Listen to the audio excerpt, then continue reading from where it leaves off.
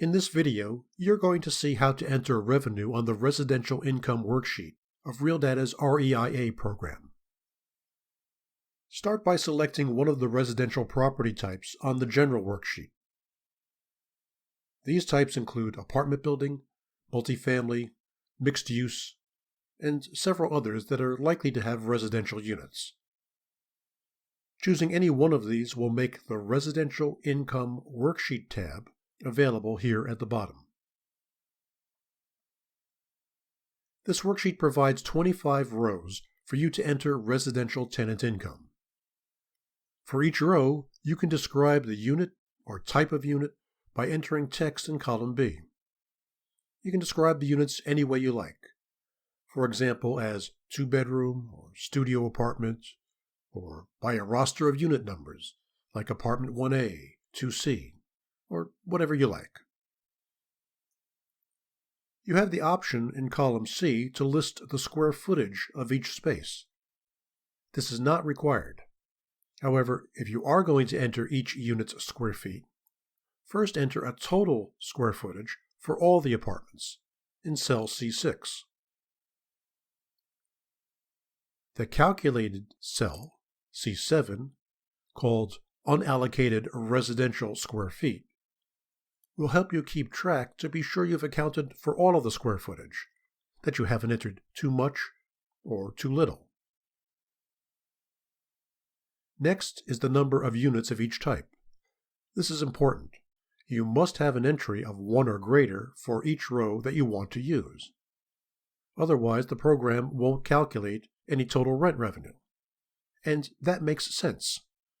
If you have 0 studio units, you can expect rent from 0 studios.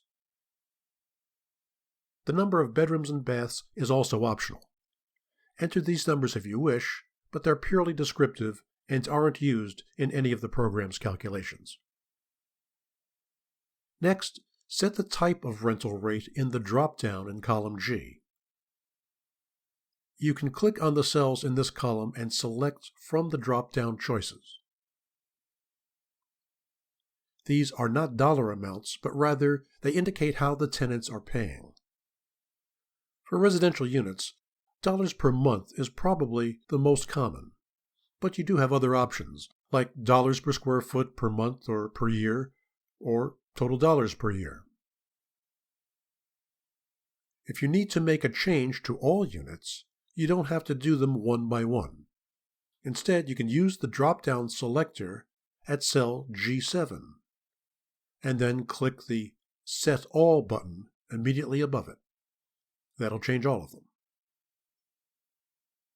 You set the first-year dollar amount for each unit type in column I. The software will automatically prorate the first year according to the beginning month that you selected back on the General Worksheet.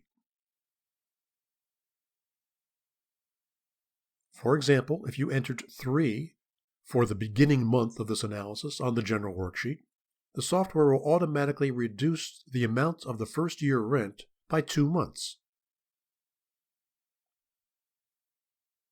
For rent changes occurring in years 2 through 20, you can enter percentages or dollar amounts as you wish.